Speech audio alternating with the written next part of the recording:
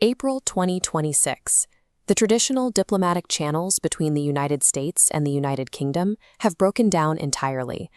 The breaking point is a bitter, escalating fight over the U.S.-Israeli war in Iran. Prime Minister Keir Starmer refuses to join the conflict, infuriating the White House. In response, the president launches a barrage of public attacks against the transatlantic alliance, threatening the stability of NATO itself. The rhetoric quickly gets personal. The president publicly dismisses Britain's multi-billion-dollar aircraft carriers as toys, expensive playthings for a nation he claims has lost its nerve. The two heads of government have become too toxic to sit in the same room. The so-called special relationship is trapped in a dangerous vacuum. So the British government plays its last remaining diplomatic card, a state visit from King Charles III. Suddenly, the threat of global conflict is papered over with royal pageantry. The focus shifts from military posturing into smiling photo ops, morning rain, and lavish state dinners at the White House. But Charles arrives with a centuries-old constraint. By British law and tradition, the reigning monarch is strictly forbidden from engaging in political disputes. He cannot publicly argue with an elected leader. He is tasked with defending his country's geopolitical interests against a hostile president, all while maintaining absolute smiling neutrality.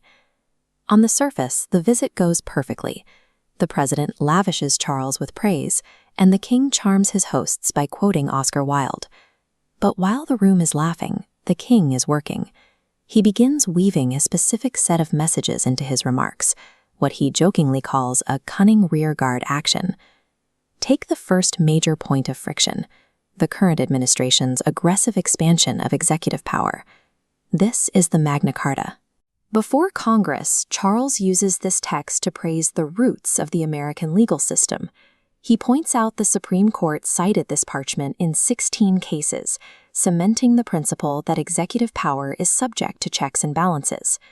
Then there is the environment. While the U.S. made headlines by abandoning international commitments on climate change, the king uses his platform to demand a shared responsibility to safeguard nature. Charles delivers policy rebukes, but because they are dressed up as polite historical observations or broad moral principles, his opponent has no way to attack them without breaking formal decorum. That brings us back to the president calling the Royal Navy's aircraft carriers toys. Charles answers this by recounting his own service in the Royal Navy more than 50 years ago. He then reminds his hosts how British and American forces answered the call together after the September 11th attacks. Perhaps the most pointed moment occurs when Charles mentions the need to support victims of societal ills. In the context of this visit, observers immediately tied this to the Jeffrey Epstein scandal, a toxic legal history that has tainted both the Trump administration and the royal family's own inner circle. In every speech, Charles managed to touch on a specific point of friction, from naval power to climate policy, challenging the administration's narrative without once raising his voice or violating royal protocol. The immediate result is completely disarming. The president is so boxed in by the pageantry that he spends the state dinner praising the king, even awkwardly claiming that Charles privately agrees with his military stance on Iran. Ceremonial flattery does not alter hard policy. The British Prime Minister still refuses to enter the war, and the underlying animosity between the two governments remains intact.